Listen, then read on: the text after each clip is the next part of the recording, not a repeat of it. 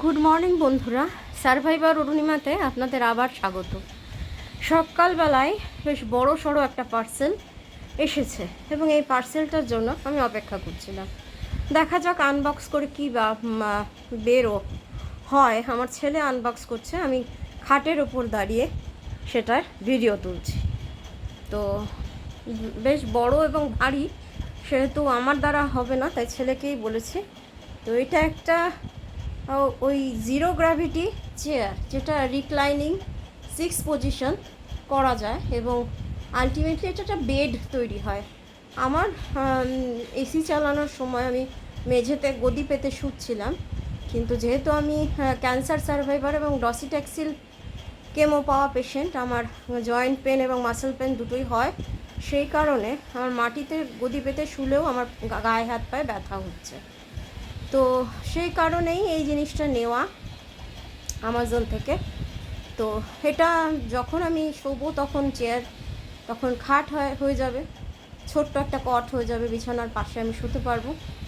এবং যখন আমি বাড়িতে এমনি কোনো গেস্ট আসবেন তখন এটা বেশ আরামদায়ক একটা চেয়ার হিসেবে থাকবে। তো ছেলে আস্তে আস্তে খুলে এটাকে পজিশানে আনার চেষ্টা করা হচ্ছে। তো প্রাথমিক অবস্থায় আমরা এটা নিয়ে কিছুই করতে পারিনি, মানে মনে হচ্ছিল পারবো না। তো আজকের প্রজন্ম তো ছেলে, যতটাই ওকে বুদ্ধি কম বা এই ধরনের ব্যাপারগুলো থাকুক না কেন, ওর আবার এই টেকনিক্যাল ব্যাপারগুলোতে বেশ বুদ্ধিটা খেলে আর কি।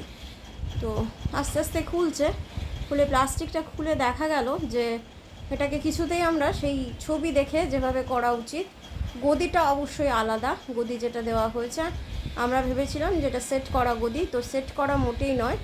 এবং খুব একটা যে পোক্ত তাও নয়, রেক্সিন দিয়ে একটা মানে বসার জায়গা বলুন বা যেটাই বলুন, সেটাকে তৈরি করা হয়েছে পুরোটাই রেক্সিন দিয়ে। তো সেই অর্থে সেটাকে খুব একটা বলা যাচ্ছে না যে খুব পোক্ত। তো এবার বললো যে মা আমার বুদ্ধিতে কুলোচ্ছে না, এবার তুমি করো। ও ক্যামেরাটা ধরলো, তো আমি একটু নাড়াচাড়া করে চেষ্টা করছিলাম, দেখছিলাম যে কি হয়, কোথায় কি আছে না আছে। তো বুঝতে পারছিলাম যে এই দুটো পায়া, তারপরের যে পার্টটা ছিল সেখানে দুটো হ্যান্ডেল ছিল, এই পাশে যে দুটো দেখা যাচ্ছে এটাও একটা পায়া ছিল। আলটিমেটলি বোঝা যাবে যখন আমরা পুরোটাকে সেট করব।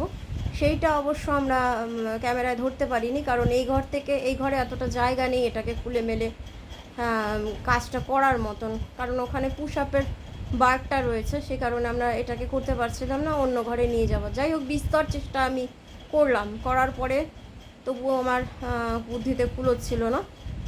তো চলুন পরের অংশটুকু দেখে নিই, যেখানে ছেলে এটাকে খুলেছে। অবশেষে চেয়ার হিসেবে এটাকে দাঁড় করানো গেছে এবং এখানে এটা রাখা